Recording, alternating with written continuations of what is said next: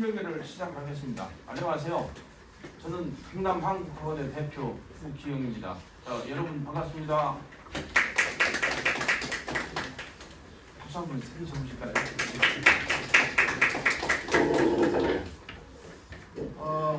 세종고죠? 세종고등학교. 세종고등학교는 세종시에서 유일하게 전국 단위 선발, 광역 단위 선발 이렇게 선발이 있는 그런 학교입니다. 아마 내신에 있어서 좀 그 1등급 10%를 차지하려면은 쉽지가 않다. 그래도 이쪽 지역에서는 강호들이 모여 있다 이렇게 보시면 됩니다. 지금 그동안은 4% 1등급에는 굉장히 치열했었죠. 그래서 지금 10% 1등급도 만만치가 않다. 그래서 정말 이제 세종고등학교 같은 경우에서 어디든 마찬가지겠지만 1등급을 벗어나면 어렵겠죠. 원하는 대학을 갖기가 굉장히 어렵다. 그래서 1등급은 마지노선이다 이렇게 생각하셔야 됩니다. 저희가 이 설명회를 저희가 그 연중 매주 토요일마다 이렇게 해오고 있습니다. 혹시 우리 설명회 와보실 분 계신가요? 아무도 안 계세요? 그러셨어요. 저희가 연중 매주 토요일마다 오전에 이제 중학교 2학년 이하 학부모님들, 또 오후에는 중학교 3학년 이렇게 학부모님들을 모시고 고등학교 선택이라든가 또 고등학교를 입학하기 전에 해야 될 공부, 학습 전략에 대해서 설명을 드립니다. 저희들이 거기서 입시 제도라든가 또 입시 제도 분석을 통해서 전략 수립 같은 걸 이렇게 설명을 드리죠. 저희들이 설명회를 그렇게 자주 하는 이유는 우리나라 입시 제도가 일반 학부모님들이 이해하시기에는 좀 복잡하다. 복잡해서 시간을 많이 투자해서 애써서 이해를 해보니까 조금 있으면 또 입시 제도가 바뀌고 그래서 혼란스러운 부분들이 많이 있어서 그런 부분들을 가능하면 이런 시기에 좀 간단하게 이렇게 공개해드리는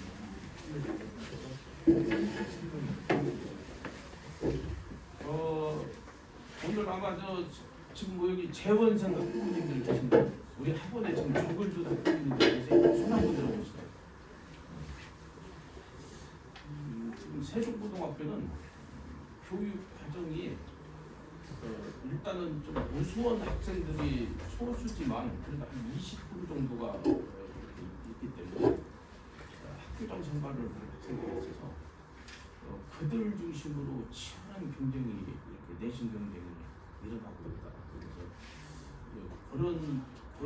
그런 안에서 이제 원하는 등급을 따져야 되기 때문에 이 내신이 1학년 때 중간고사에서 결정난다 하는 부분을 좀 생각하시면 돼요. 아마 다른 고등학교들도 마찬가지지만 특히 세종고등학교에서는 1학년 중간고사에서 거의 판가름 난다고 생각하시고 지금 얼마 남지 않은 기간이지만 그래도 입학하기 전에 좀 이렇게 준비해놓을 부분들이 있으면 해주시는 것이 중요합니다. 저희 학원을 간단하게 소개해드리면 여러 가지 소개에 앞서서 지금 현재 세종에서는 세종고등학교 학생들을 가장 많이 가르치고 있는 학원이다 이렇게 보시면 됩니다. 그래서 거의 한 학년에 절반 25명 정도 한 30명 가까이가 이렇게 우리 학원에 재원을 하고 있다. 그만큼 우리 학원 선생님들이 그런 난이도가 높은 그런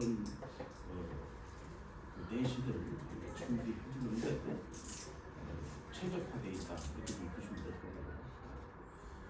이미 오래전부터 그렇게 세종고등학교를 이렇게 가르쳐 오셨기 때문에 우리 학원의 그 노하우가 많이 있다. 특히 기출문제라든가 또는 내신 성향을 잘 분석하고 있습니다. 저희 학원은 2017년도 12월 28일에 와서 개강을 했습니다. 저희들이 처음에 개강에 앞서서 세종을 이렇게 좀 바라봤을 때는 정부 청사를 중심으로 발전하고 있는 젊은 도시로서 변화권이 잘 조성되고 DNA가 우수한 그런 학군일 것이다 해서 왔었는데 그 당시 와보니까 상당히 우리 학생들은 젊은 도시, 신생 도시를 훨씬 넘어서는 아주 맑고 푸른 그런 아이들이었어요. 그래서 입시와는 상당히 거리가 있는 아이들이었는데 다행스럽게도 세종고등학교 학생들하고 국제고등학교 학생들이 그래도 입시에 아주 준비도 많이 돼 있었고 좀 차별화되어 있는 학생들이었다. 그 당시에 아마 많은 그 일반 학원들이 우리보다 먼저 갔던 학원들이 1년을 버티지 못하고 올라갈 생각도 하고 실제 청소한 학원들도 많이 있었습니다.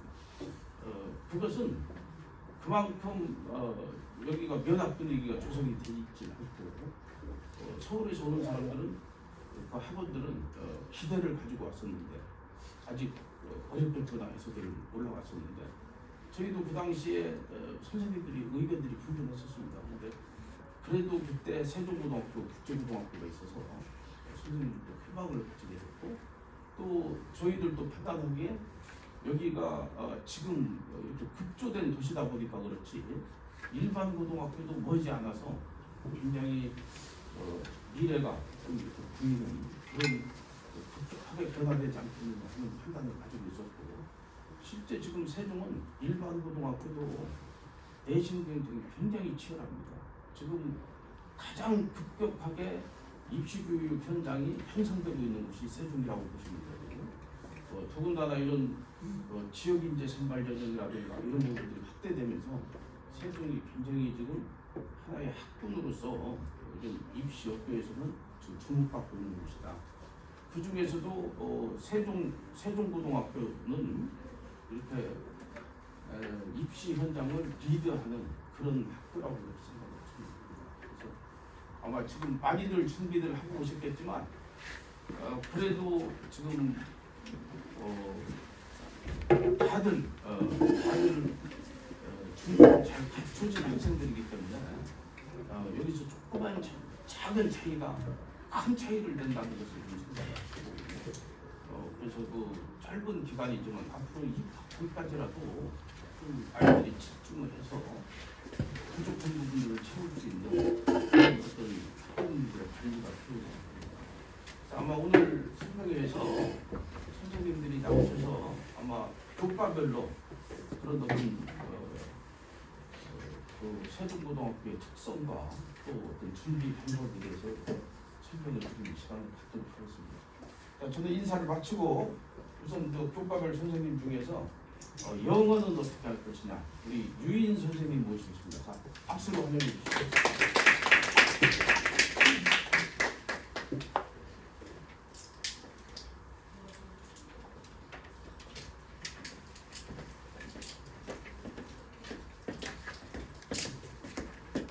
네, 안녕하세요. 오늘 영어 설명회 강사유인인데요. 제가 저기 수업 중간에 내려와서 저희 좀 최대한 중요한 얘기 좀 신속하게 드리고 좀 마무리하도록 하겠습니다. 일단은 세 가지 꼭지를 잡아가지고 오늘 좀 설명을 드릴 건데요. 어쨌든 이제 그 2018학년도부터 수능이 절대평가로 바뀌었다 보니까 단순하게 수능 절대평가라고 하는 것의 구조 이런 말씀 드리려는 게 아니라 전략적으로 어떤 의미가 있는가를 좀 살펴보고자 하고 당연히 이제 세종고등학교 대표적인 내신 문제 두 가지 유형을 좀 설명드릴 거고 마지막으로 이제 그래서 어떻게 내신 준비하는가 이거에 대한 설명을 드리도록 하겠습니다. 일단은 절대평가에서 보시면은 뭐 잘 안 보이시면 또 핸드아웃 제가 보시면 되는데 최근 3개년 그러니까 이제 24년에 치러진 거, 3년에 치러진 거, 2년에 치러진 그 수능들의 1, 2, 3등급을 보면 1등급은 7.8 됐다가 4.1 됐다가 6.2 됐다가 이렇게 되는데 2등급까지를 다 합쳐서 이제 저희가 소수점 빼고 앞자리만 좀 계산하기 편하게 보면 대충 25%, 22%, 22% 이 정도 이렇게 되어 있어요. 그러니까 첫 번째로 시사하는 점이 뭐냐 그러면 상대평가 시절에는 90점이라 그러면 통상 이제 한 11% 정도의 커트라인이었어요. 그러니까 2등급의 커트라인이었는데 이게 이제 90점이 이제는 1등급이 되잖아요. 그래서 1등급의 비율이 이렇게 떨어졌다는 건 상대평가보다 당연히 90점 이상 받는 비율이 떨어졌으니까 시험의 절대적인 난이도는 높아져 있다는 것이 첫 번째고, 두 번째 같은 경우에는 예전에는 아까 말씀드린 대로 2등급은 통상 이제 11% 정도 라인이었는데 그게 못해도 2배 혹은 2.4배 늘어나 있다라는 거니까 2등급이라고 하는 것이 갖는 의미가 영어에서는 다른 과목에 비해서 떨어져 있겠구나라는 생각을 자연스럽게 하실 수 있고, 무엇보다 3등급을 한번 보시면 조금 생각보다 놀라실 텐데 다 합쳐서 보시면 거의 이제 42에서 45%를 왔다 갔다 하거든요. 그래서 단편적인 예시가 뭘까 그러면 경희대학교 같은 경우가 이제 좀 빠르게 대응하는 사립대학교 중에 하나인데 1등급과 2등급 사이의 반영 비율 차이가 마이너스 3점 정도를 주고 있다면 1에서부터 3등급 사이의 급간 차이는 마이너스 10점 이상을 주고 있거든요. 그러니까 소위 말하는 주류대학 같은 경우에는 영어 3등급 받는 정시에서는 사실은 좀 페널티를 꽤 세게 주고 있구나. 그러니까 2등급까지는 우리가 들어와야 되는구나라는 것이고, 두 번째로 전략적인 의미에서 이제 생각해야 될 게 뭐냐면, 이것도 좀 사례로 말씀드렸을 때 24년도 그 입학 공고를 보면 고려대학교 같은 경우에 그러니까 이제 의대나 이런 과들을 제외를 하면은요, 그 국어, 영어, 수학 플러스 탐구 하나를 총 이제 4합 8 안으로 들어와야 된다. 그러니까 제일 좋은 건 각 과목이 2등급이 나오면 좋은데, 여기서 전제를 영어가 만약에 3등급이 나와버린다라면 다른 과목에서 필수적으로 이제 1이 무조건 떠야 되는 상태인데, 너무들 이제 아시겠지만 수학이나 요즘 이제 특히 세종과학 친구들은 대부분 이과 선택을 많이 하니까요. 과학 같은 경우나 수학 같은 경우는 상대평가이기도 하거니와 그 과목에서 어떤 진취를 얻어나가는 것이 사실 쉽지가 않죠. 어렸을 때 고여있다 보니까. 그리고 언어 과목이라는 건 항상 최상위권 친구들이 시험 전에 가장 고민하는 과목 중에 하나가 사실은 언어거든요. 왜냐면 본인의 컨디션이 좀만 좋지 않아도 점수가 이제 움직일 수 있는 과목의 성질이다 보니까. 그럼 결론이 뭐냐라고 했을 때 유일하게 주요 과목 중에서 절대평가는 영어밖에는 없기 때문에 못해도 2등급이라는 거 이상은 맞아줘야 된다 라는 결론이 나오고, 그것보다 90점만 나와도, 근데 90점만 나와야지 하면 사실 90점 안 나오는 게 사람이니까 보통은 91, 92 정도를 목표로 하는데 91점을 맞아야지라고 생각해도요 3점짜리 문제 3개를 틀려도 그게 1등급이 나온다는 거예요. 그러니까 영어를 1등급을 맞아주면 다른 과목에서의 부담이 완화되기 때문에 그런 측면에서 어떤 전략적 준비성이 좀 필요하다라는 말씀을 좀 드립니다. 여기에서는 이것만 말씀드리면 될 것 같아요. 그럼 절대평가가 왜 어려워졌는데, 그러면 2016년이 이제 상대평가 마지막 해였거든요. 그때 같은 경우에는 오답률 탑 제일 높았던 게 911글자로 구성되어 있었던 반면 23년도 수능 같은 경우에는 1110글자인데 이게 한 문제만 그런 게 아니라 전체적으로 그렇거든요. 그러니까 쉽게 말하면 국어 비문학화되어 있다. 영어가 훨씬 더 강하게. 그러니까 전체적인 흐름을 못 잡으면 중학교 때처럼 그냥 읽고 직관적으로 해석한다? 이미 모든 과정을 해보고 제대로 하는 친구들은 말 텐데 불가능합니다. 그건 반드시 이제 수론이라는 걸 담아야 되기 때문에 그에 따른 훈련을 좀 해줘야 된다 라는 말씀을 드리고요. 여기에서 좀 중요하게 말씀드릴 건 딴 거는 아니고 이미 좀 설명을 들으셨겠지만 간단하게 요 얘기만 좀 드릴게요. 교육과정 변하니까 1호 등급으로 간다. 1호 등급으로 가니까 내신이 어느 정도 부담이 완화가 될 것이라는 기대는 뭐 저도 어느 정도 동의는 하는데 뒤집어서 생각해 볼 필요도 있다고 좀 생각을 하거든요. 만약에 1등급에 들어오지 못했을 때라면이라는 그 페널티, 그걸 우리가 좀 강하게 생각해야 된다. 그래서 저는 지금 이제 운영하고 있는 제가 들어가는 모든 학교 예비고일 친구들은 1등급 무조건 들어가야 된다. 두 번째, 좀 냉정하게 말했을 때 교육과정이 변했기 때문에 쉽게 말하면 마루타 세대 아니겠습니까? 마루타 세대는 어떻게 될지 이 교육과정을 경험해 본 사람이 아무도 없기 때문에 가능하면 고고익선을 해주는 것이 좋다. 그런데 고려해야 된다고 설명드리고 싶은 게 뭐냐면 성적표에 어떤 정보들이 기입되는가를 이제 저희가 좀 봐야 되는데, 예를 들어서 A라고 하는 학생이랑 B라고 하는 학생이 있다고 쳤을 때 성적표에 일단 처음에는요 원점수 당연히 들어갈 거, 자기의 이제 점수가 들어갈 것이고요. 그 다음에는 등급이 들어갈 것인데 여기에는 결국에는 이제 전체 평균 점수라는 것도 또 들어가거든요. 이 전체 평균 점수라고 하는 건 그 과목에 응시한 이 학년 전체의 전체 평균 점수. 거기에는 당연히 표준 편차라고 하는 것도 들어갈 수밖에 없죠. 표준 편차가 벌어진다는 건 결국 어려운 시험이었다는 얘기를 하니까. 그 다음에 마지막에 뭐냐 그러면 중학교 때처럼 절대평가라는 등급도 같이 들어가게 되거든요. 그러면 사례를 들어보겠습니다. 예를 들어서 어떤 시험에 1등급 커트라인이라고 하는 것이 88점이었다고 친다면요. 그냥 거기서 들으시죠. 괜히 어수선해지는 거예요. 이 시험에서 1등급 커트라인이 88점이었다고 했을 때 이 학생은 90을 받고 이 학생은 89점을 받았다고 쳐볼게요. 그럼 커트라인이 88이었으니까 둘 다 등급은 1등급일 거잖아요. 전체 평균 점수나 표천은 뭐 이들이 건드릴 수 있는 변수가 아니니까 동일할 것이고 얘 있죠 얘. 얘가 이제 중학교 때랑 똑같이 생각하시면 되는데 저희가 A라고 하는 점수가 비교를 받으려면 중학교 때 90점 이상이었어야 되잖아요. 얘는 A일 거고요 얘는 B일 거예요. 여기서 차이가 분명 생길 거예요. 그래서 제가 원하는 건 뭐냐, 특히 세종고 친구들 등급이 1등급이면서도 절대평가가 A까지 가주는 게 좋다라고 저는 생각하고 있는데 여기서 하나 말씀드려야 될 건 세종고등학교 제가 들어온 3년 동안 1등급 커트라인이 90점을 넘었던 적이 지금까지 단 한 번도 없습니다. 단 한 번도 없어요. 그러니까 좀 어렵다 그러면 82까지 내려가고요. 좀 쉽네 그러면 이제 86까지 이제 커트가 왔다 갔다 하거든요. 2등급 커트는 더 쇼킹한데 70점대 초중반까지 내려가는 게 이제 세종고 시험인데 그럼 보십시오. 90점 넘는 애들이 전교에서 몇 명이나 될까요? 지금 250명 중에 곱하기 4%니까 10명이거든요. 그 중에 적으면은 2명일 때도 있고요. 조금 많으면은 한 4명? 이 정도거든요. 그 친구들이 가져가게 될 이익이라는 게 상당히 클 거예요, 사실. 그거를 좀 생각하셔야 된다는 거고요. 중등 내신 성과가 고등 내신 성과로 이어지냐 참 많이 궁금하실 텐데 죄송한데 이거는 그 편견을 그냥 싹 다 깨겠습니다. 이 친구가 작년 1학기 중간고사 때는 저랑 같이 하지 않았고요. 기말고사 이제 중간고사 끝나고 기말고사 때 저한테 들어왔어요. 중학교 때 198.75였거든요. 1학년 1학기 중간고사 점수가 87점이었어요. 87점, 70 몇 점이어서 2등급 받았었거든요. 얘가 바로 기말고사 때 유일하게 전교에서 이제 100점 딱 한 명 떠가지고 얘가 왔고, 그리고 1학년 최종이 영어가 이제 전교 4등급으로 끝난 친구예요. 두 번째로 이 친구하고 지금 비슷하잖아요. 200점 만점 환산 점수가. 이 친구 같은 경우는 1학기 때 저랑 안 했고요. 이 친구는 예비고일 과정에서 저랑 했거든요. 1학기 때 3등급 후반이었어요. 3등급 후반이면은 그 이쪽 지역에서 가는 친구들 같은 경우에는 아무래도 학업 성취도가 좀 더 높다라고 생각을 하다 보니까 기숙사에 있는 친구들끼리 어깨 싸움을 보통 하고자 하는 게 이제 세종고의 문화거든요. 그랬을 때 당연히 3등급 후반이라는 얘기는 이제 50명 벗어났다는 얘기니까 실질적으로 이 생활권에서 간 친구들 중에 거의 이제 최하위권이다라는 의미였거든요. 이 친구 여름방학 때 들어왔고 특강 듣고 다 빌드업해서 이제 여기까지 왔었다. 두 번째, 이 친구는 계속해서 꾸준하게 여기 나와서 이 친구가 이제 영어 기준으로 전교 3등인가로 끝났거든요. 얘는 이제 목표가 명확해요. 성대 영어과 가고 싶다 그래서 수학보다도 영어 쪽에 이제 투자를 좀 많이 하고 있는 친구기는 한데 뭘 말씀드리고 싶은 밑에도 다 비슷한 얘기예요.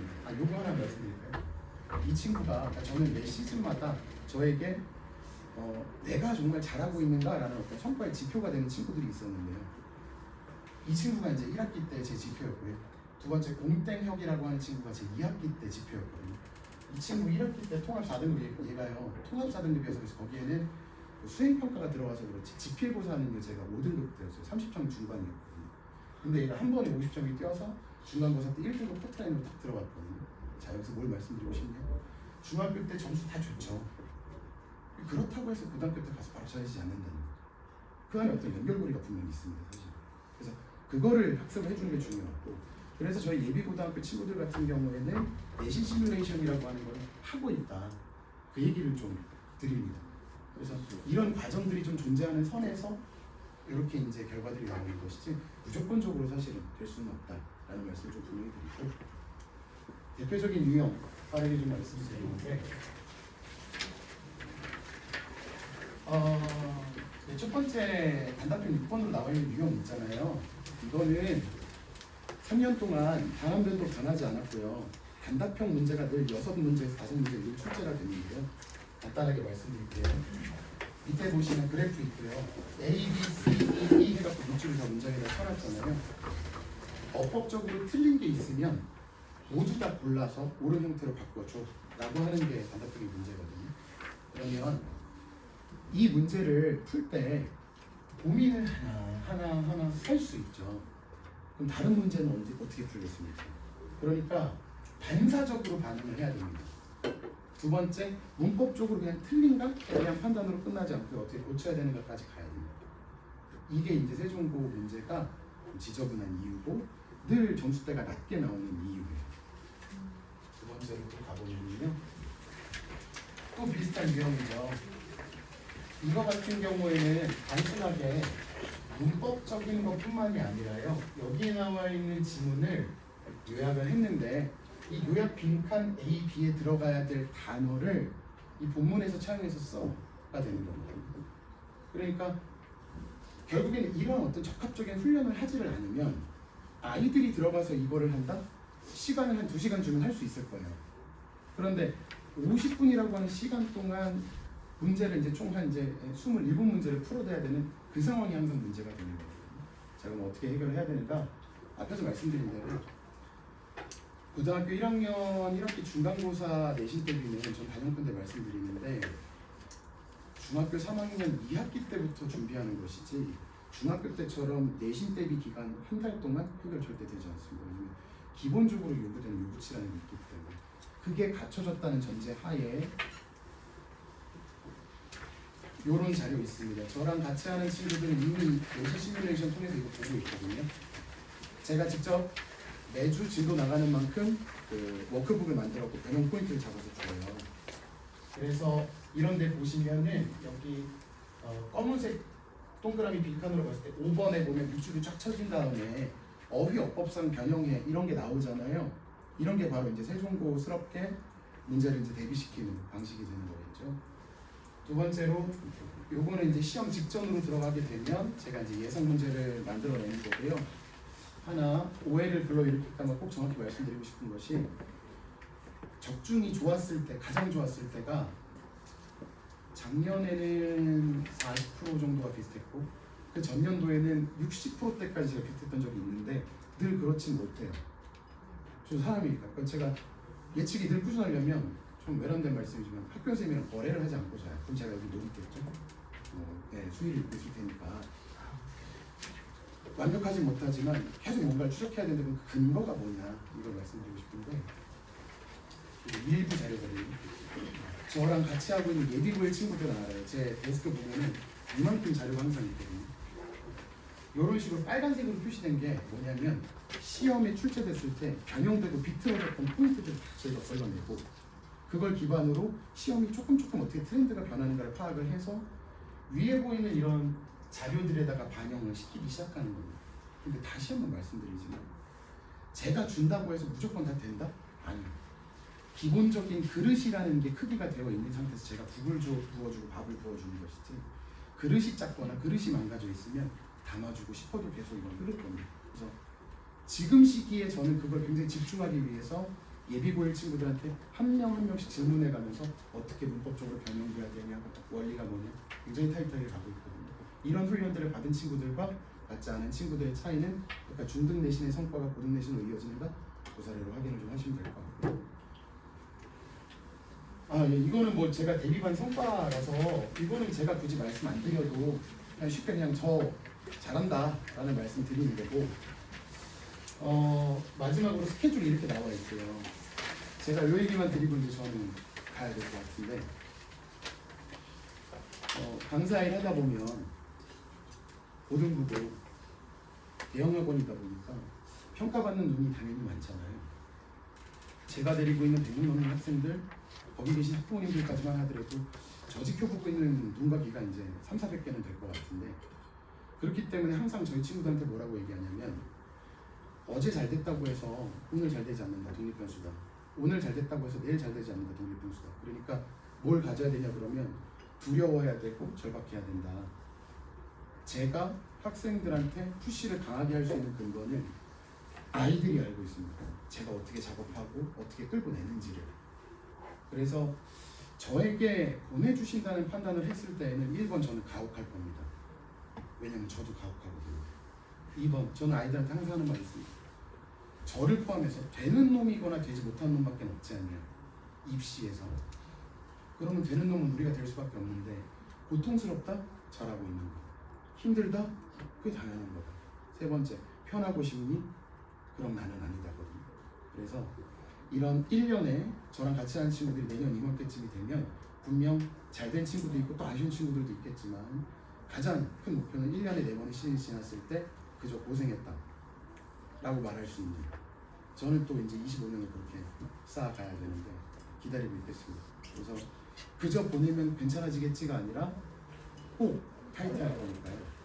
거기에 대한 마인드 준비, 자꾸 제가 보는 챌린지에 대한 어떤 수용, 그런 것들에 대해서 좀 대화를 나눠보시고 가능하다면 하루라도 빨리 보내주시는 것이 제가 그릇을 만들 수 있는 기반이 될 것 같습니다.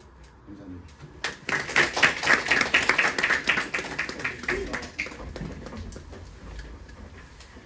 영어 잘 들으셨어요? 네. 너무 겁주는 것 같아서 제가 좀 듣기가 되겠는데, 어쨌든 이제 입시 제도가 좀 바뀌었고 고교 학점제가 처음으로 시행되는 이제 우리 학생들이라서 좀 혼란스러운 부분들이 있고, 그다음에 이제 세종고등학교는 어쨌든 탑그레이드의 아이들이, 이 지역의 탑그레이드의 아이들이 1등급을 놓고 경쟁을 한다는 사실이에요. 그래서 모든 과목이, 영어뿐이 아니라 모든 과목이 우리 아이는 정말 중학교 때 공부를 잘했기 때문에 부모님들이 뭐 믿어 의심치를 않죠. 그런데 크게 실망하는 경우가 너무 많아서 그런 부분들에 대해서 준비를 하지 않으면 자칫하면 중간고사에서부터 중심을 딱 잃어버리기 때문에 지금 선생님들이 그런 경험들을 많이 하니까 미리 이렇게 경각심을 불러일으키기 위해서 이렇게 좀 엄중하게 말씀드린다, 이렇게 이해를 하시면 됩니다.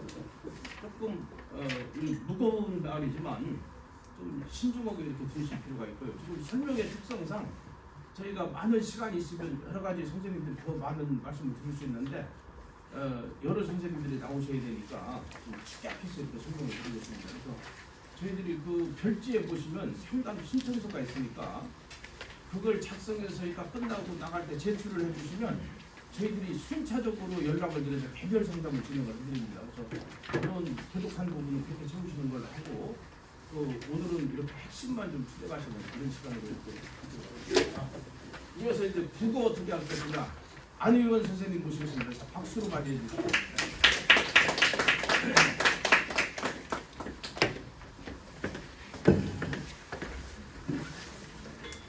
안녕하십니까. 국어 과목 담당하고 있는 안윤이라고 하고요. 오늘 너무 많이 와주셨는데 간략하게 전체적인 거 설명해드리고 어떻게 대비하는지 설명해드리겠습니다. 자, 세종고 시험의 특징인데요.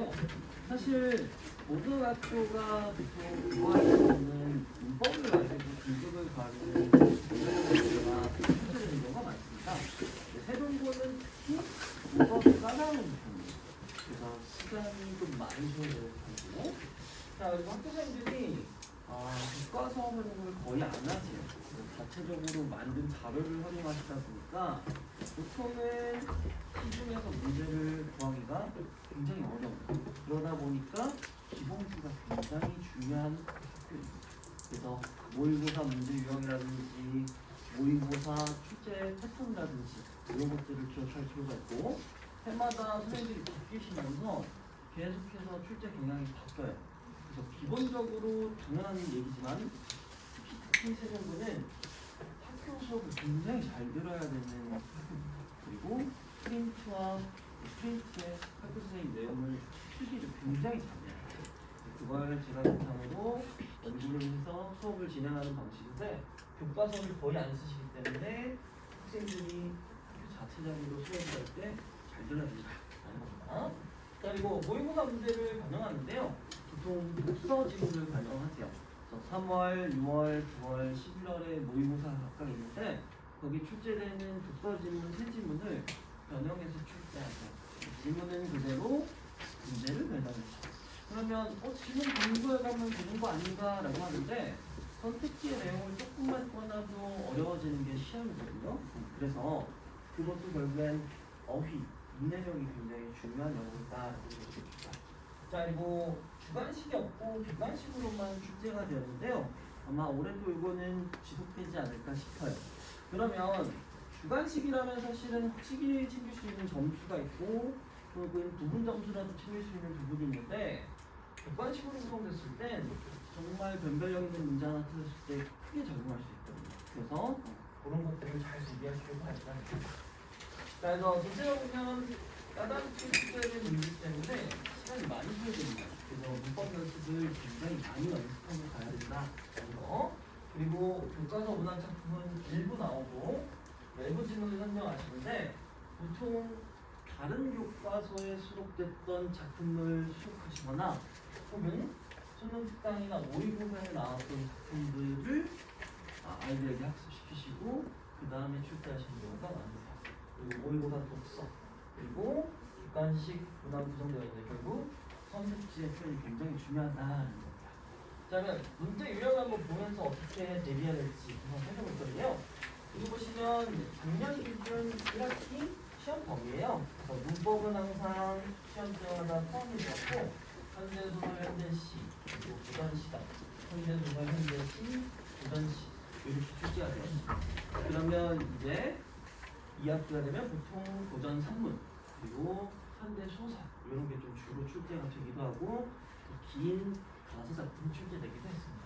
대체적으로 작품 자체가 대부분 외부 지문이나 학교 자체 프린트에서 출제된 작품이에요. 그러니까 하나만 외부적으로 가져왔을 땐 좀 예측이 쉬운 편이지만 이렇게 놓고 왔을 땐 사실 시중 문제를 구해주기가 조금 어려운 편이에요. 그래서 보통 OX 문제를 만들어 주거나 빈칸 암기를 통해서 계속해서 반복 학습시키는 경우가 대부분입니다. 자, 그래서 첫 번째로 이 까다로운 문법 문제를 한번 확인해 볼 건데요. 여기 보시면 의문의 변동 단원에서 하는 문제가 나와 있어요. 이게 왜 까다롭냐면 보통 다른 학교의 경우에는 의문 변동 현상이 일어나는 단어에 밑줄을 쳐주세요.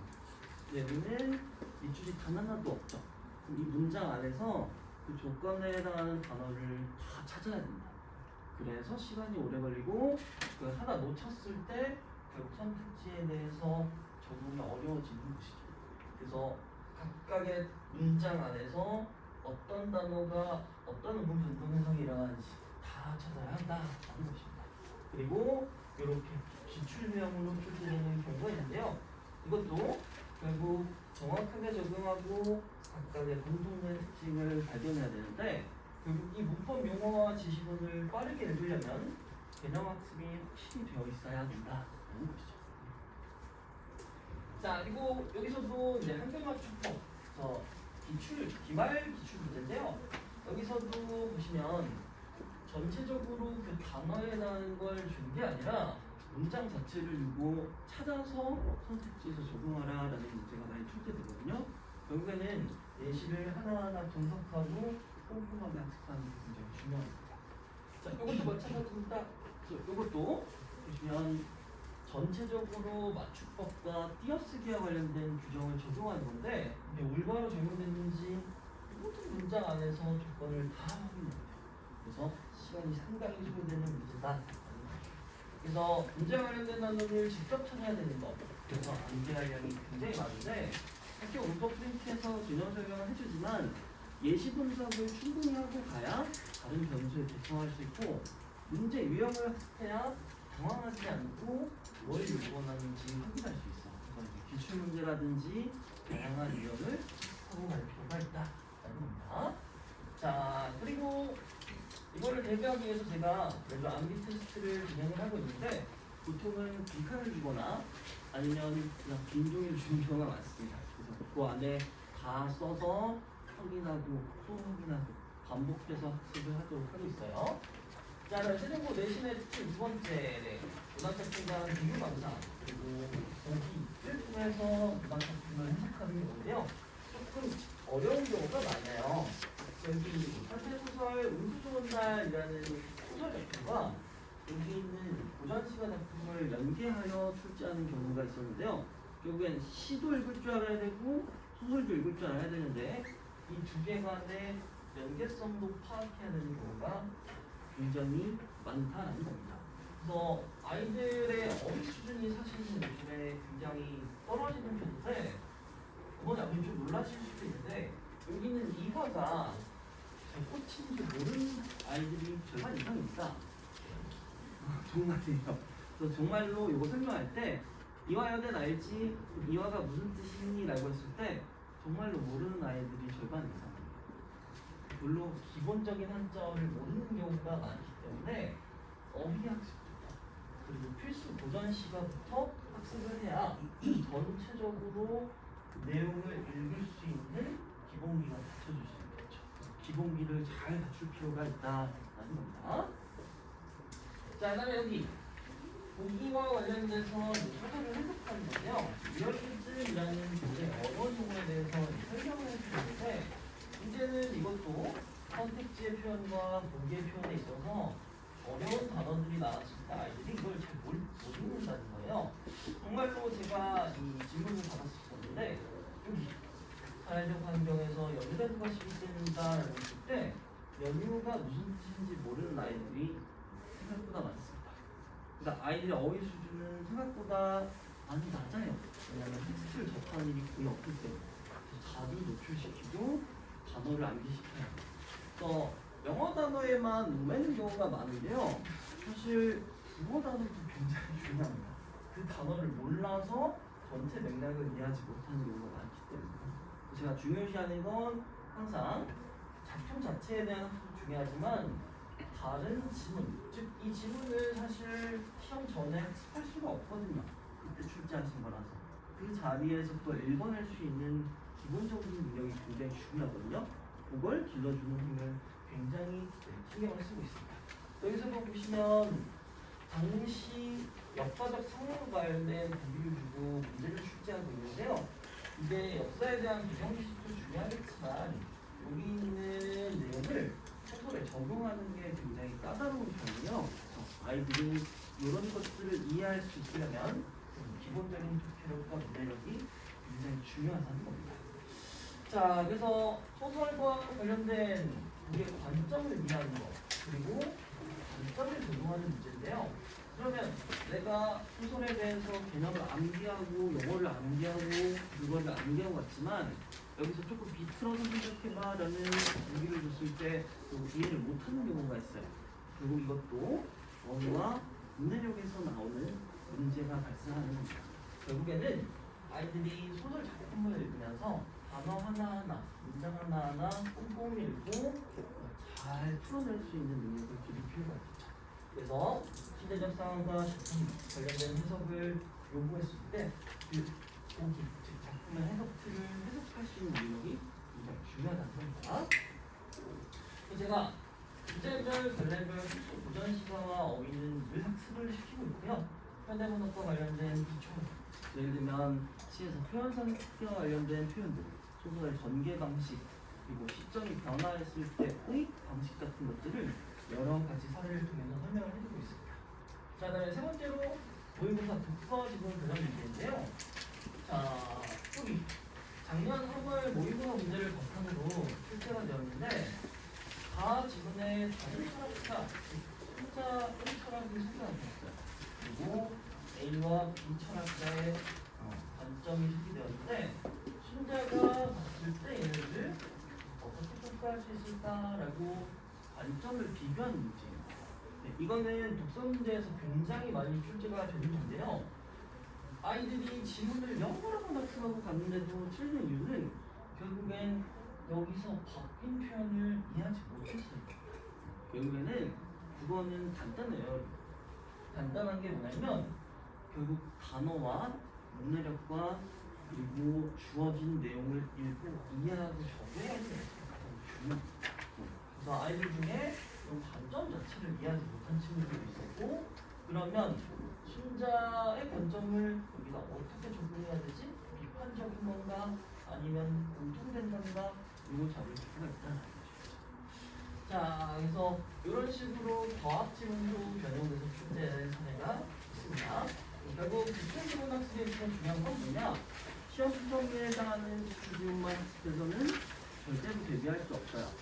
다양한 3개년 혹은 5개년 기출 문제를 분석하면서 이런 식으로 출제가 되는구나, 이런 식으로 변형이 되는구나, 데이터를 쌓고 학습을 통해서 전체적으로 문해력을 기를 필요가 있다는 겁니다. 그래서 아이들이 잘못 생각하는 것 중에 하나가 시험 범위에 대한 프린트만 10번 보면 다 맞겠지가 아닙니다. 그 이외 자료를 접하면서 전체적인 기본기를 계속 쌓아갈 필요가 있어요. 자, 그래서 어려워지는 국어. 결국에는 입시가 바뀌고 전체적으로 틀이 바뀌어도 상위권인 학생들은 변화가 없고 큰 타격이 없겠죠. 그 상위권에 진입하기 위해서는 결국 기본기가 중요하다라는 겁니다. 제가 이제 자체 교재를 통해서 기본적인 내용을 숙지시킬 거고, 그다음에 모의고사 그리고 여러 가지 기출 관련된 선행 학습을 진행을 할 겁니다. 그리고 필수 우연 시간, 어휘학습, 그리고 국어에 관련된 부영식. 자, 그리고 이게 가장 중요한데요. 사실은 학생별로 수준이 너무 달라요. 그리고 같은 수준의 학생이라도 어떤 친구는 현대시가 약하고 어떤 친구는 고전시가 약할 수 있습니다. 그래서 맞춤 개별 클리닉이 되게 중요하거든요. 그때 질의응답을 통해서 해결한다든지 여러 가지 것들을 대비할 필요가 있다는 겁니다. 자, 그래서 이렇게 개정이 됐고요. 제가 이제 전체적으로 작년에 이제 세종고 맡으면서 조금 세종고는 어려운 학교예요. 왜냐면 1학기 때 교장 선생님이 2학기 때 바뀌어서 출제 경향도 바뀌었어요. 그래서 실제로 1학기 때 전교 1등부터 10등 사이가 2학기 때 많은 변동이 있었습니다. 올해는 또 선생님이 변화가 있을지 없을지 좀 봐야 되겠지만 일단은 1, 2, 3학년 공통적으로 교과서를 거의 쓰시지 않고 자취자료 위주로 학습한다라는 점에서 대비하기 좀 까다로운 학교라는 점에서 제가 계속 맡아왔다라는 걸 인지해 주시고 믿고 맡겨주시면 좀 감사하겠습니다. 네, 감사합니다.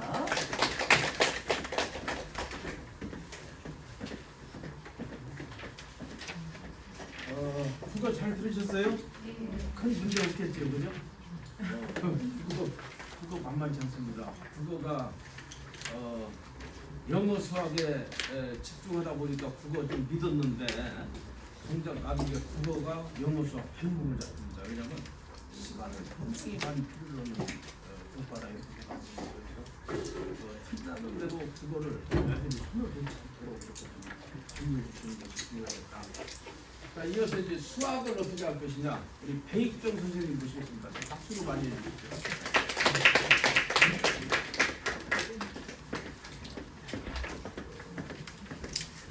네, 안녕하세요. 강남문국어원 수학과 배익정 목사입니다. 세종고 내신들을 설명에 간단하게 말씀드리겠습니다. 일단 세종고 같은 경우는 전교생들이 한 200명에서 지금 좀 많이 늘어나고 있는 것 같기는 해요. 거의 뭐 170명, 180명일 때 있었는데 지금 거의 200명 후반 정도 되다 보니까 인원들이 좀 점점 늘어나다 보면서 이제 좀 등급들이 좀 예전에는 사실 제가 여기 세종에 처음 왔다 3년 전만 해도 사실 1등급 학생들이 뭐 거의 한 5명에서 6명 정도 딱 도착화된 상태로 그대로 이제 유지가 됐었단 말이에요. 뭐 2등급 학생들이 1등급 뛰어 올라가려면 전교 5등 안에 들어야 되고 그러다 보니까. 근데 요즘은 이제 그래도 10명, 11명 정도까지 1등급이 되면서 이제 좀 1등급 따기가 쉽다라고 했는데 요번 이제 예비고 1 학생들은 또 이제 5등급제가 되면서 지금 이제 1등급이라고 제가 써둔 게 지금 현재 1학년 기준으로 27명까지 나죠. 예전에는 이제 거의 뭐 2등급 정도 수준, 2등급이 딱 11%에서 끊겼었으니까. 그래서 이제 1등급 따기는 뭐 이제 예전에 비해서는 세종고는 훨씬 쉬워지기는 한데 최근 추세가 이제 세종고 같은 경우에 시험이 좀 솔직히 너무 많이 어려워지고 있기는 해요. 저 같은 경우도 거의 50분이라는 시간을 거의 다 써야만 이제 시험 하나를 다 풀 수 있는 정도 수준. 3학년 시험, 2학년 후반 시험이 좀 그런 식으로 많이 바뀌다 보니까 뭐 그 부분은 뒤에서 좀 더 자세하게 말씀드리도록 할게요. 어쨌든 그래서 좀 고난도 문제들을 많이 연습을 해야 되는 게 좀 세종고가 아닐까 싶기는 해요. 아까 말씀드렸던 3년 전만 해도 사실 세종고 시험은 많이 쉬운 편에 속했었거든요. 그래서 세종고 애들한테 제가 항상 하는 얘기가 아니 너네 학교는 왜 시험을 쳐서 학교를 학생들을 불러놓고 왜 시험을 이따위로 내냐고 막 그런 얘기를 많이 했었는데 요즘은 이제 좀 세종고 느낌 나게 좀 많이 어려워지는 편인데 여전히 1학년 때는 시험이 좀 쉬운 편입니다. 그래가지고 좀 1학년 때는 좀 실수를 하지 않는 쪽으로 2학년 때부터는 이제 본격적으로 1학년 후반이나 2학년부터 본격적으로 좀 모의고사 대비하는 식으로 공부를 해야 될 것 같고요. 그 다음에 이제 뭐 여기 간단하게 제가 뭐 분석을 해둔 기말고사 내신 분석인데 여기 보시면은 이제 이 빨간색 부분들이 좀 이제 변별력 문제라고 할 수 있겠죠. 이 비중이 불과 몇 년 전만 해도 한 재작년만 해도 사실은 변별력 문항이라고 제가 넣어두는 게 또는 모의고사 기출이나 심화 문제들을 이제 변형을 해주는 문제들이 한 3개에서 4개 정도밖에 없었어요. 허가계 정도. 그러다 보니까 이제 그거 하나 맞추기 위해서 학생들한테 뭐 무조건 100점 받아야 돼, 무슨 6점 받아야 1등은 나와, 뭐 이런 식으로 안정권으로 들어가 이런 식으로 얘기했었는데 요즘은 이 문제들이 좀 많이 늘어나기도 하고 모의고사를 좀 기반으로 하고 있는 문제들이 너무 많이 늘어나다 보니까 좀 그거에 맞게 저희도 이제 학원 시험 준비를 할 때 학원 교재들을 좀 난이도를 높게 이제 준비를 하고 있는 편이고요. 이거는 이제 뭐 내년이나 내후년 돼서 또 계속 바뀌기는 할 거예요. 특히 이제 내년 1학년들 같은 경우는 이제 또 개정 교육에서의 첫 시험이다 보니까 좀 학교에서 그렇게 시험을 많이 어렵게 내지는 않을 수도 있기는 하거든요. 항상 개정 교육이 되면은 첫 해 정도는 약간 실험을 한다고 생각하면서 막 시험 날짜가 들쭉날쭉을 많이 해요. 보통 쉬운 편으로 좀 많이 가기는 한데 그분들은 참고를 해주시면 좋을 것 같고요.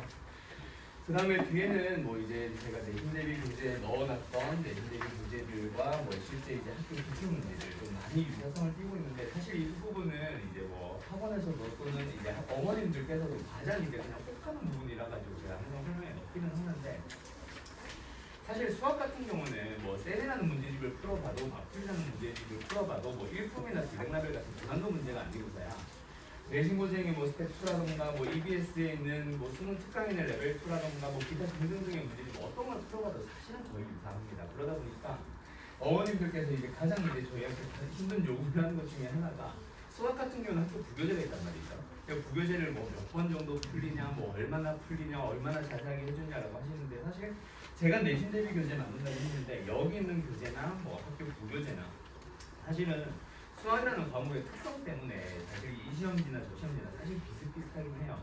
대신에 이제 학교 시험을 저희도 이제 다루기는 하는데 그거 한 번 정도 풀어보는 거에서 장점은 딱 하나죠. 모의고사 기출 문제를 풀어본 문제인가 안 풀어본 문제인가. 그걸 제외한 나머지 90% 문제는 사실 제가 보여드리고 있는 이것도 뭐 내신 대비 교재뿐만이 아니라 사실은 뭐 마플에 있는 교재이기도 하고요.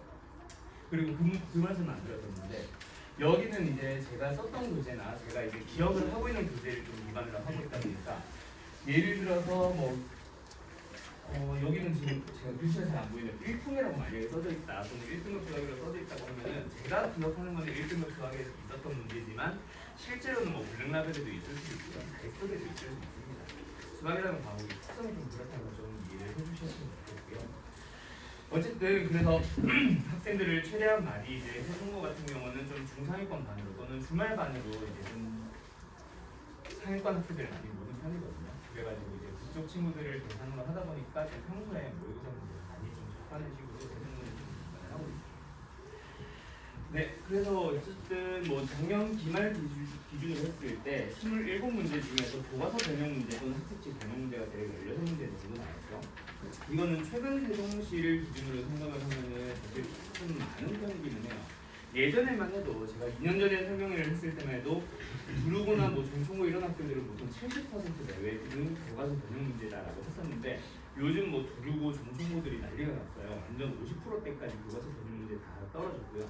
모의고사 같은 경우에는 이제 기출 문제를 보통 한 시험에 적게는 3개에서 많게는 6개까지 내는 학교가 있고 그래서 중초고 같은 경우는 이제 1등급 커트라인이 제일 낮게 나왔어요. 저희가 좀 작년 기준으로 했을 때 1등급 커트라인이 64.90점까지 떨어졌는데 세종고는 아직 그 정도는 아니죠. 1등급 커트라인 그래도 80점 후반대는 유지하고 있으니까 좀 교과서 기반으로 하기는 하되 뭐 당연히 아까 말씀드린 것처럼 좀 기출 문제들, 모의고사 기출 문제들이나 뭐 수능 기출 문제들 기회가 되고 내가 이제 좀 선행을 해가지고 이제 풀 수 있는 단계가 딱 됐다면은 뭐 예를 들어서 2학년 선행이 끝났다면은 2학년 6월, 9월 모의고사는 본인 스스로 좀 다운받아 EBS에서 얼마든지 받을 수 있으니까 좀 풀어가지고 좀 그런 것들도 해야 될 것 같고요.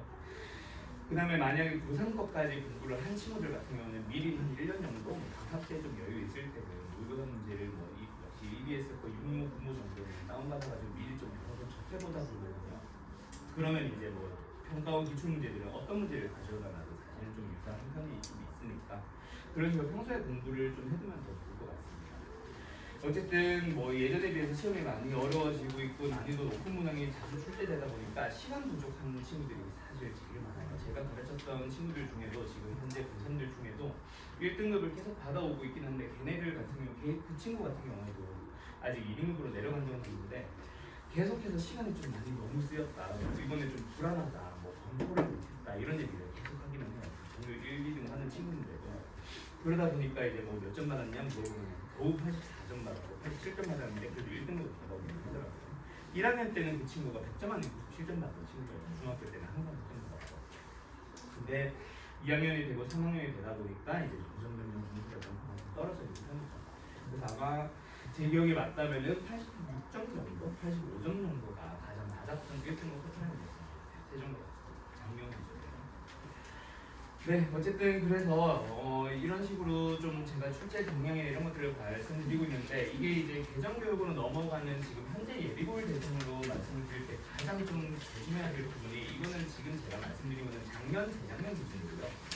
내년은 또 달라질 수 있습니다. 수학 같은 경우는 특히나 이제 변동이 너무 많은 과목이다 보니까 좀 너무 맹신하거나 그래서는 안 될 것 같고요. 뭐 제가 말씀드린 것뿐만 아니라 주변 학원들에서도 인터넷 블로그 같은데 많이 좀 분석 자료를 올리는 편이잖아요. 요즘 같은 경우는 근데 너무 이제 작년은 이랬으니까 올해도 이럴 거야라고는 절대로 생각하시면 안 되고요. 개정교육 첫 해기 때문에 사실 어떻게 바뀔지 모르기 때문에 좀 쉬운 시험에서부터 어려운 시험까지 좀 넓은 범위를 좀 준비를 해야 되지 않을까 생각을 하게 됩니다. 그래서 일단 현재 이제 5등급 기준으로 말씀드렸을 때 1, 2등급 상위권 같은 친구들은 좀 난이도 높은 문제를 평소에 계속 많이 풀어보는 게 대중고 시험에서는 이제 좀 대비하는 게 가장 좋고요. 교과서만 뭐 내가 현재 3, 4등급이라고 해서 교과서만 바로 계속 풀어보고 뭐 좀 쉬운 문제집 내가 풀 수 있는 문제집을 푸는 게 아니라 내가 못 푸는 문제집 나에게 어려운 문제집을 푸는 게 정말 좋은 시험 대비니까요.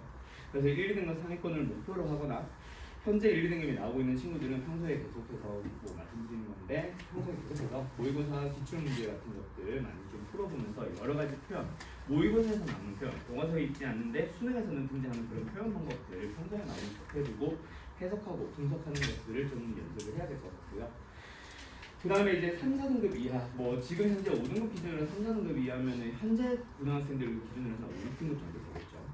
한 중위권에서 중하위권 정도 친구들은 뭐 이것도 이렇게 비슷한데 너무 내가 이제 뭐 라이트성 같은 교과서 같은 아주 쉬운 문제집만 가지고 공부를 하는 게 아니라 좀 그래도 아무리 못해도 마플 시너지 정도는 좀 공부를 해야 되지 않을까라고 생각해요. 저희 학원 제가 쓰는 교재 같은 경우는 좀 마플 시너지를 명문 교재로 사용을 하고 있고요. 하위권만 같은 경우들은 신고등을 좀 개인 교재로 사용하고 있습니다. 네, 그런 식으로 좀 공부를 해야 될 것 같고 그래서 어쨌든 3, 4등급 이하 친구들은 아까 말씀드렸듯이 1, 2등급 학생 친구들도 시간이 아직 부족하다 보니까 우리는 뭐 터무니없겠죠. 반 조금 넘게 한 70% 정도 겨우 풀고 막 소수령 한 뒤에 4개, 5개는 아예 손도 못 대고 이 정도로 아마 시험이 끝날 텐데 그래서 평소에 이거는 좀 학생들한테 제가 좀 강조를 해야 되는 거긴 한데 내가 풀 수 있다 없다를 사실 구분하는 것도 그런 능력이니까요. 뭐 이제 3, 4등급 친구들이 모의고사 30번 문제, 29번 문제를 가져다 준다고 풀려고 덤비면 그거는 이제 좀 잘못된 거잖아요. 그래봤자 6점이고 앞에 있는 조금 쉬운 문제도 그 아무리 뭐 낮아봤자 5점 정도는 나오거든요. 100점이. 그래봐야 1점 차이니까 차라리 어려운 문제를 가지고 사실 게 아니라 그 문제는 과감하게 건너뛰고 좀 쉬운 문제로 넘어가서 내가 풀 수 있는 것들을 최대한 많이 풀고 그 다음에 검토하는 식으로 그런 식으로 좀 공부를 해야 될 것 같습니다. 네, 일단 세종고 수학 쪽 이제 시험에 대해서는 이 정도로 마치도록 하고요. 간단하게 뭐 지금 한 문제 정도는 받을 수 있을 것 같은데 혹시 질문 있으시면 주시면 드리도록 하겠습니다. 감사합니다.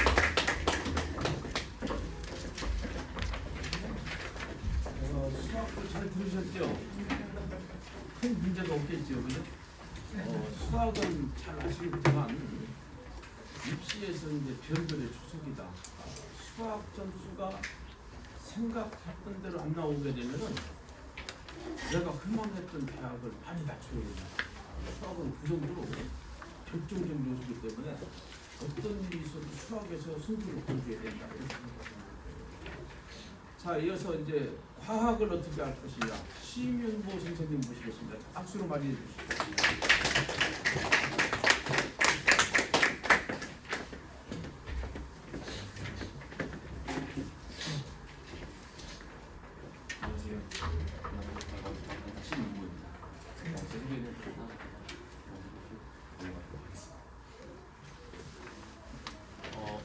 먼저 말씀드리려면요. 통합과 과목에 대해서 어떻게 해야 획득을 받을 수 있을까에 대해 간단하게 좀 말씀을 드릴게요. 첫 번째로 말씀드리려면은 중학교 시험이랑 고등학교 시험의 좀 이제 차이를 말씀드릴 건데 중학교 시험 같은 경우는 아이들이 과학을 좋아하거나 또는 학원에서 억지로 시키거나 자기가 공부해야 되는 생각이 있으면 성적을 잘 받아와요. 그 이유는 과학 과목의 특징이 좀 있거든요. 사실 국영수 같은 경우는 중학교 때 그래도 분별력을 유지하는 편인데 과학 과목 같은 경우는 아이들이 국영수 시간이 많이 쓰이고 그렇다고 해서 너무 어렵게 내버리면 아이들이 과학의 흥미 잃어버리기도 하고 그래서 학교 선생님들이 이제 설계를 할 때 학교 수업을 열심히 듣고 공부를 조금 하면 90점 이상이 나오게 설계를 합니다. 그래서 제가 말씀드릴 내용은 중학교 시험은 변별력이 따로 없고요. 그래서 공부량을 측정하는 시험이다 이렇게 이해하시면 될 것 같고 이제 우리 학생들이 이제 고등학교로 올라가잖아요. 고등학교로 올라가게 되면 이제 변별력을 확인하기 시작해요. 물론 얼마나 공부했는지 어떻게 공부했는지를 판별을 하지만 거기 내용 안에서 이제 등급 나누기가 들어가잖아요. 학교별로 이제 심화 고일 내용뿐만 아니라 고등학교 2학년 내용에서 물리화학, 생물, 지구과학 내용을 조금씩 끼워 넣습니다. 이 내용 같은 경우는 학교별로 매우 달라요. 그래서 예를 들면 우리 과학생들이 여러 분 계시잖아요 학교에. 그래서 뭐 생물과 지구과학 선생님이 강하시다면 그쪽 파트가 조금 심하게 나오고 이제 물리랑 화학 선생님이 강하시면 그쪽 성향이 좀 짙게 나오는 경향이 있습니다. 그래서 이런 부분을 파악해서 내신 대비를 하는 게 어떻게 보면 도움이 되지 않을까 이렇게 말씀드리고 싶습니다. 그래서 다시 한번 요약을 해드리면요. 개념 위주로 빠르게 진도를 나가는 것은 너무 중요하지 않고요. 오히려 쏟아나 하나하나 또는 우리 학교 스타일에 맞춰서 물리화학, 생물, 지구과학 문제가 어떻게 나오는지를 파악하는 게 훨씬 더 등급의 차등을 보여하는 데 있어서 도움이 되지 않을까 말씀드리겠습니다. 그래서 사실 통합과학 내용 같은 경우는요. 개념적 이해랑 그리고 실전 문제 답복을 한 다음에 실수 케어를 해야 돼요. 왜냐하면 문제가 30문제가 나온다고 해도 30문제가 전부 다 어렵지 않거든요. 대부분 학교 같은 경우는 30문제 중에 25문제는 진짜 한 15분 만에 풀어버리고 나머지 5문제를 막 20분, 30분 풀어야 되는 경우가 많은데 그런 경우 신경 쓰시면 좋으실 것 같고요. 그래서 제가 아이들을 가르칠 때 항상 4단계를 많이 강조를 해요. 첫 번째 같은 경우는 이해와 암기를 함께 해야 됩니다. 왜냐하면 통합과학 내용 자체가 물리, 화학, 생물, 지구과학에 대해서 다 포함이 돼 있고 그리고 역사 흐름대로 쭉 날아가요. 우주의 탄생부터 우리가 지금 어떻게 살고 있는지까지 쭉 이어지기 때문에 그 방대한 내용을 이해하고 암기하기 위해서는 이미지화를 해야 돼요. 모든 내용을 암기만 하면 안 되고 어차피 물리랑 화학, 생물, 지구학 파트에서 서로 끌어당기면서 문제 출제되기 때문에 어떻게 출제됐지, 어떤 걸 많이 물어봤는지, 어떤 페이지에 어떤 그림이 있었는지를 이미지하는 게 중요할 것 같습니다. 두 번째 순서는요. 우리가 아이들이 이해를 했다면 그때부터는 암기한 다음에 연습을 해야 돼요. 사실 중학교 때 방식은 어떻게 보면 똑똑한 친구들은 한 2, 3년 공부해도 90점, 100점이 나오는 경우가 있는데 그 이유는요. 그냥 암기한 그대로, 이해한 그대로 이해를 확인하는 문항들이 나오기 때문이에요. 근데 고등학교 올라가서는 등급의 차등을 부여해야 되기 때문에 이해한 걸 가지고 변화를 시킵니다.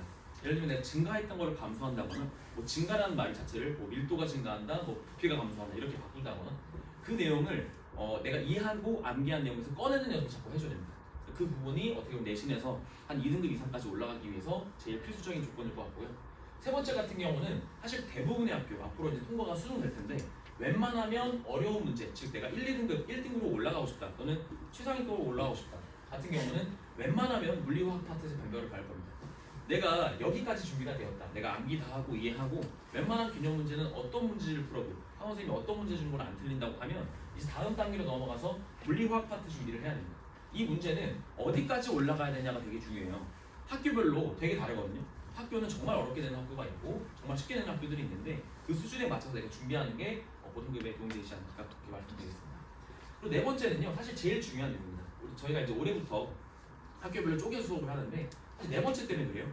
사실 내신 시험의 본질 자체는요. 출제자가 되잖아요. 수능 같은 경우는 사실 출제자가 평가원이기 때문에 뭐 매년 바뀌지가 않잖아요. 뭐 통과가 바뀐다고 해도 수능이 바뀐다 해도 작년, 재작년 지금까지 나왔던 수능을 트렌드를 보면 어떻게 나왔다 예측이 되는데 이제 내신 시험 같은 경우는 첫 번째 말씀드렸던 것처럼 물리화학, 생물, 지구학 선생님의 그 입김도 좀 다르고 그리고 학교가 이제 어떤 방향으로 아이들을 학습시킬지도 다 다르고요.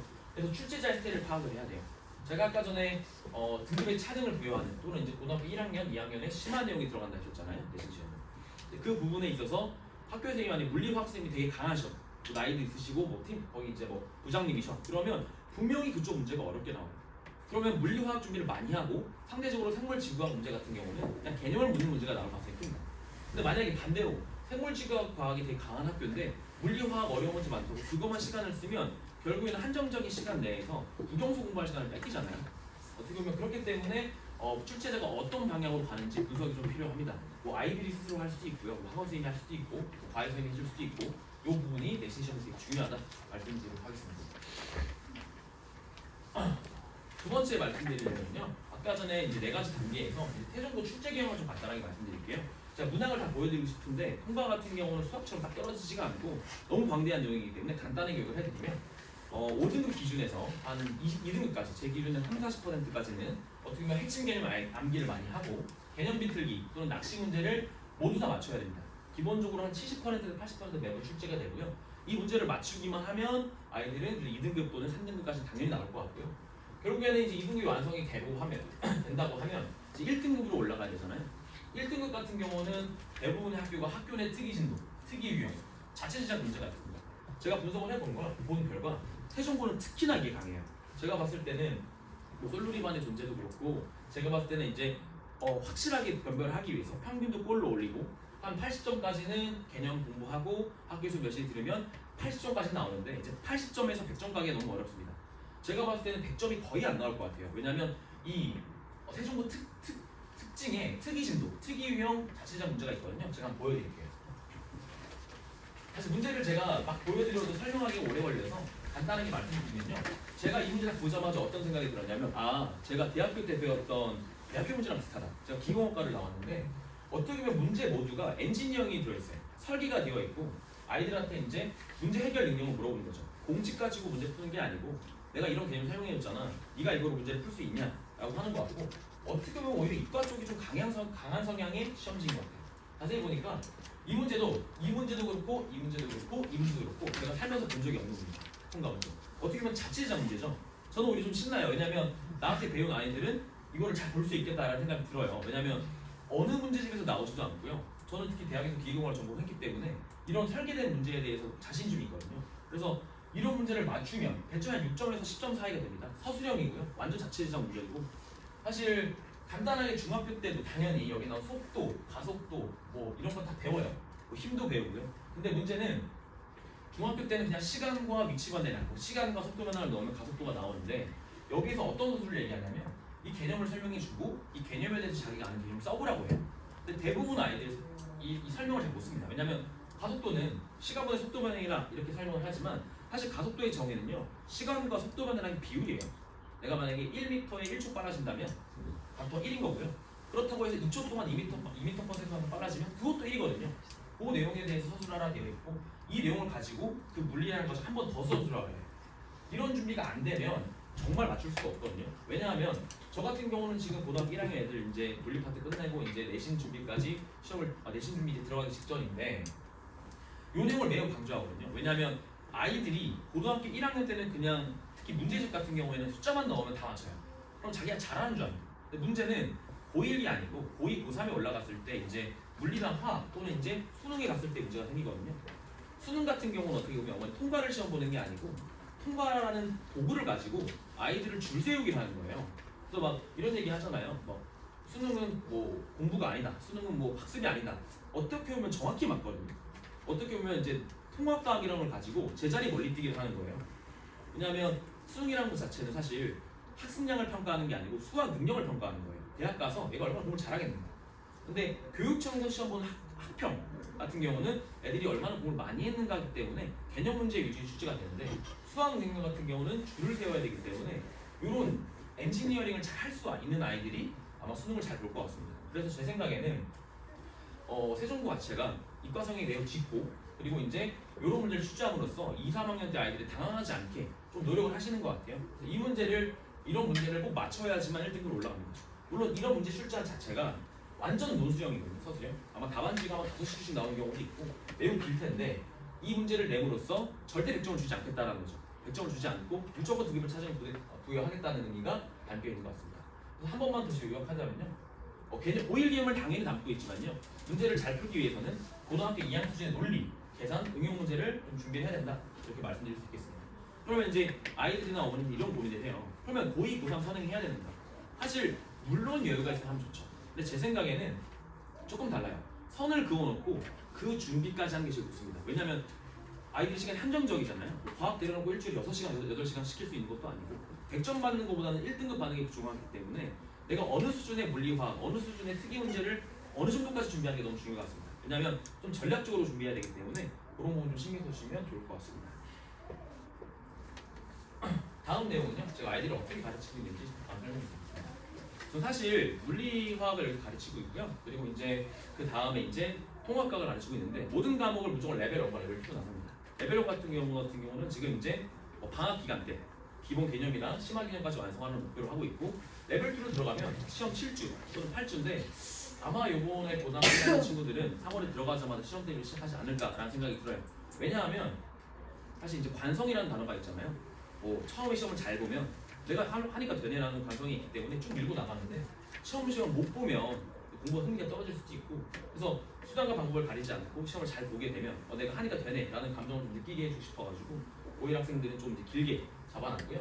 사실 레벨 1 단계, 레벨 2 단계가 사실 이런 내용이 담고 있다고 되어 있어요. 이 내용은 제가 말씀을 드린 내용이랑 똑같아서 뒤로 넘어가서 좀만 자세히 설명해 드리겠습니다. 사실 레벨 1 같은 경우는요, 제가 쓰는 물리학 교재를 갖고 왔어요. 보면 이제 개념이 나와 있고요. 사실 개념 같은 경우는 뭐 교과서나 뭐 문제집이 많이 정리가 되어 있기 때문에 다 똑같을 것 같고요. 근데 개념에서 파생되는 심화 개념을 좀 많이 다뤄요. 학교에서 이런 식으로 문제가 출제되거나 이런 개념에서 이런 계산 문제가 나온다. 또는 이런 문제를 우리가 기억을 해야 된다라고 심화 개념을 풀고 그다음에 이제 웬만하면 이 시간대 이제 시중에 있는 문제집의 문제를 많이 풉니다. 많이 풀고 이제 시험 기간 고등학교 2학년 같은 경우 6, 7주로 잡아놓고요. 고등학교 1학년 같은 경우는 조금 더 길게 잡을 예정인데 그 내용 안에 이제 웬만하면 문제풀이만 나와요. 거의 이제 개념 공부하고 문제풀이. 그럼 아이들이 우리 아이는 아직 고등학교 1학년 선행이 안 됐는데 어떻게 하게 되냐? 그래서 제가 혹시 몰라서 레벨 단계에 커리큘럼 다 찍어놨습니다. 지금 있는 친구들도 새로 들어오는 친구들한테 잡아놓고 이 부분 공부해와라 하고 중간에 이제 요번에 이제 시험 범위가 이제 학교별로 나뉘잖아요. 그 아이들한테 예를 들면 오늘 뭐 어떤 단어를 나간다고 하면 한번 불러요. 프로젝트 공부가 되어 있니 확인을 하고 문제 풀어보고 좀 수준이 완벽히 안 돼 있다면 프린트 뽑아주고 이 부분을 공부해와라 한 다음에 레벨 2로 들어갈 수 있도록 지도를 하고 있습니다. 레벨 2 같은 경우는 그래서 수능, 모의고사 내신 기출에 있는 그런 논리라던가 문제를 좀 넣으려고 해요. 사실 수능 같은 경우는 통과해서 나온 적이 없고요. 모의고사도 사실 통과는 나온 적이 없습니다. 학력평가죠, 교육청생고. 그래서 이제 고등학교 2학년, 3학년에 있는 논리들을 빼와서 고일 수준에 좀 집어넣으려고 노력하고 있고요. 2단계 같은 경우는 이제 개념 이해 단계가 아니고 이제 어떻게 보면 목표 점수를 위한 연습 단계라고 보시면 될 것 같아요. 이제 아이들이 레벨 2 시험 범위 들어갈 때 개념 설명을 너무 안 해줘요라고 하는데 저는 단호하게 얘기하거든요. 개념 설명 그 전에 완성이 되어 있어야 된다. 개념이 부족하다고 생각하면 나한테 얘기를 해요. 내가 채워줄 테니까 따로 빼서. 왜냐하면 대부분의 아이들은 준비가 되어 있고 저는 1등급을 만들기 위해서 노력을 하는데 자기가 개념 준비가 안 됐다고 개념 설명해주세요 하면 수업의 질이 깨지잖아요. 그런 부분을 제가 레벨 1에 다뤘던 내용을 좀 이제 채워넣고 있고요. 이제 레벨 2 단계 끝나고 이제 한 시험 다음 기말고사 범위 안에 좀 비는 시간이 있잖아요. 그 단계에 다시 레벨 1로 들어가서 그냥 나가고 레벨 2로 나가고 있습니다. 자, 그 다음에 내용은요. 사실 이제 자기주도 수업 관리를 하고 있어요. 사실 저도 아이들 막 클리닉 정말 많이 부르고 싶고 막 학습 다 시키고 싶은데 아이들이 시간이 잘 안 나잖아요. 저 좀 안타까운데 그래서 저 같은 경우는 숙제할 때 숙제를 좀 내줘요. 그리고 나서 그 숙제에 대한 문제풀이 영상을 다 올려줍니다. 그래서 아이들이 피드를 해보고 모르는 문제를 나한테 와서 물어봐요. 이렇게 풀리는 시간을 운영하고 있고요. 그리고 요즘에는 제가 수업을 할 때 시중 문제집을 제가 이제 검수한 책이 있어요. 교수부에서 검수한 책이 있는데 그 책에서 이제 쭉 문제를 다 풀어요. 수업 시간에 정말 빠르게 진도를 나간 다음에 30분 정도를 20분째에 30문제를 빠르게 다 풉니다. 그건 너무 쉽기 때문에 개념 확인 문제라서 쉬운 문제를 내고 저 같은 경우는 문제풀이 숙제 같은 경우를 주간치로 냅니다. 한 20문제, 30문제를 아이들한테 딱 뿌려버리고 OMR을 제출하라고 해요. 그럼 수업을 오자마자 OMR 제출하잖아요. 그럼 제가 채점할 필요 없이 조교님한테 OMR을 찍으면 아이들별 중간에 성적이 날라가요. 내가 몇 점이고 평균이 몇 점이고 내가 그중에 백분위가 얼마큼인지 뜨고요. 등수도 뜨고요. 그리고 저 같은 경우는 오히려 보면 이제 아이들의 오답률이 다 나오기 때문에 오답률이 높은 문제 두 문제 같은 경우는 다음 주 수업 시간에 풀고 제가 이제 물론 이 모든 문제들을 이제 해설 영상을 업로드를 하지만 축판 문제를 설명하고 있고 이렇게 좋은 점이 이런 문제가 좋은 점이 뭐냐면 저는 사실 시중의 문제집을 너무 좋아해요. 왜냐하면 개념 이해하기 너무 좋으니까. 하지만 단점이 변별력이 없어요. 저는 아이들한테 그 내신 시험의 본질을 좀 보여주고 싶어가지고 좀 치사하게 내거든요. 절대 100점이 나오지 않게. 이 1등인 친구들도 보면 100점이 아니에요. 92점입니다. 그럼 이 친구들 두 개를 틀리니까 두 개에 내가 뭘 틀렸을까 생각하고 거기에 대해서 좀 배워가는 뭐 문제풀이가 됐으면 좋겠어서 설계를 하고 있고요. 사실 이 시험지도 어머님들한테 보여드려요. 근데 저 같은 경우는 아이들한테 바로 보내서 기다리지 않고 바로 피드백 할 수 있게 지도를 하고요. 어머님들한테 보내드리긴 하는데 이 일정 점수 이하 아이들은 가정의 평화를 위해서 바로 보내지는 않습니다. 제 시험 보고 보내라 이렇게 하고 있고요. 그런 지도하고 있어요. 말이 길어가지고요. 이렇게 읽어도 좋을 것 같아요. 감사합니다.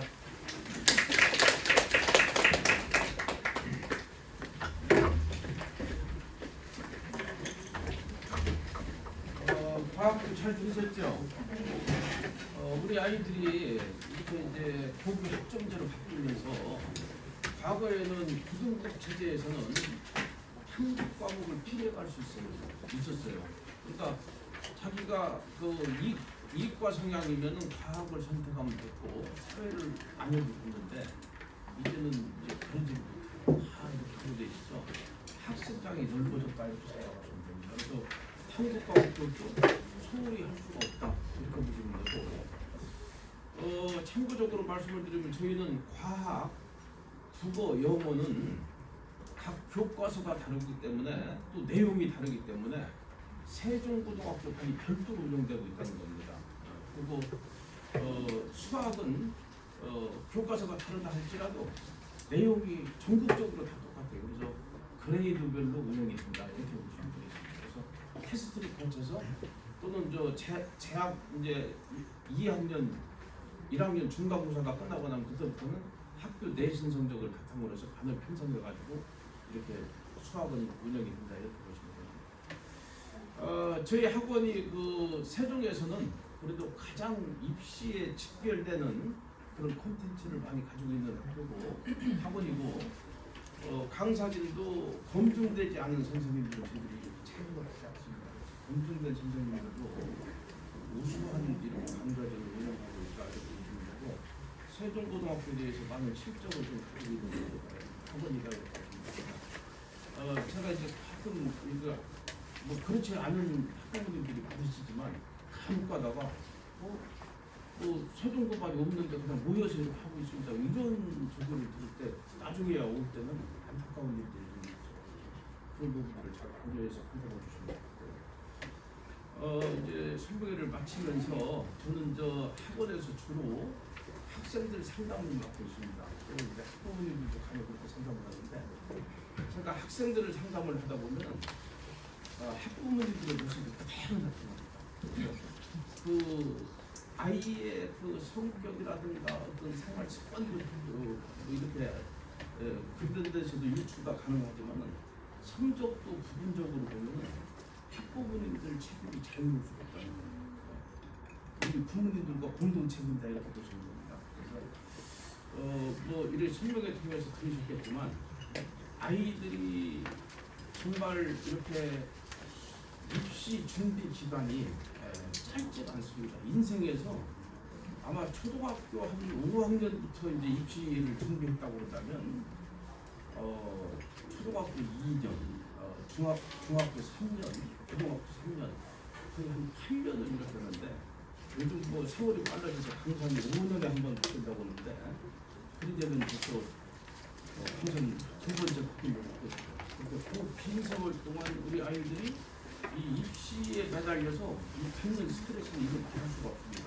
그래서 그 아이들이 참 우리 사회에서 이렇게 보듬어 줄 수 있는 공간이 없어요. 학교에 가면 선생님들이 더 바쁩니다. 절대 선생님들이 학교에서 우리 아이들을 보듬을 시간이 없어요. 또 아주 업무적이고 자칫해서 좀 친절히 좀 자칫 오해가 되면은 선생님들 입장이 곤란해져요. 그러다 보니까 선생님들이 가능하면 매뉴얼대로 이렇게 하시려고 그러고 학원에 가면 선생님들은 정말 아까 뭐 설명들 들으셨겠지만 인정사정 없잖아요. 결과 중심이잖아요. 공부만 강조하는 거예요. 그러니까 우리 아이들이 쉴 곳은 오로지 가정밖에 없는 거예요.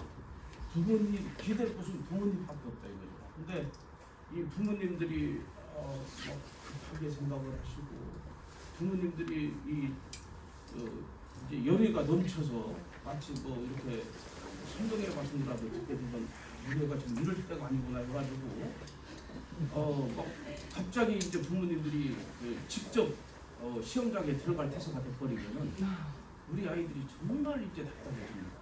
그래서 조금은 부모님들이 특히나 우리 아이들이 철석같이 믿었던 그 성적이 고등학교 들어가서 심각을 시켰을 때 여과 없이 그대로 아이한테 그냥 전달이 돼버리면은 우리 아이들이 받는 상처가 너무 크다는 거죠. 그래서 그 아이들도 다 보면 성적이 잘 나오든 못 나오든 간에 그 성적에 대한 욕구가 강합니다. 그리고 부모님들로부터 인정받고 싶은 생각은 누구든지 다 가지고 있거든요.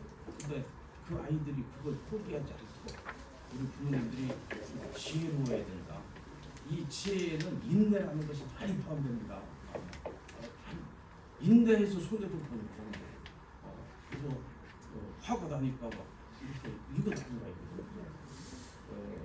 뭐 사랑은 좋을 때 자식을 사랑하지 않는 부모님이 어디 있겠어요.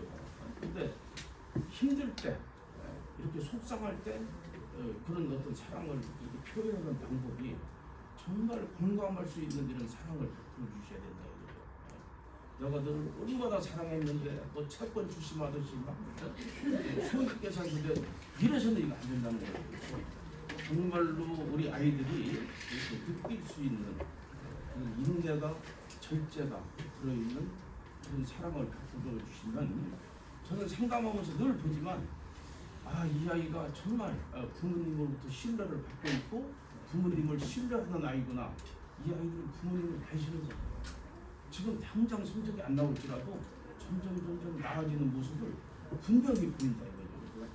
그런 부모님들이 되시는 것이 우리 아이 성적보다도 먼저다. 저는 이렇게 생각합니다. 오늘 긴 시간에 설명해 드리셨지만 물론 부분적으로 중요한 얘기도 많이 있었지만 가장은 부모님들이 조금 한 번 더 호흡을 받아들이는 그런 시간이 됐으면 바람을 말씀을 드리면서 설명을 마치도록 하겠습니다. 긴 시간 수고하셨습니다.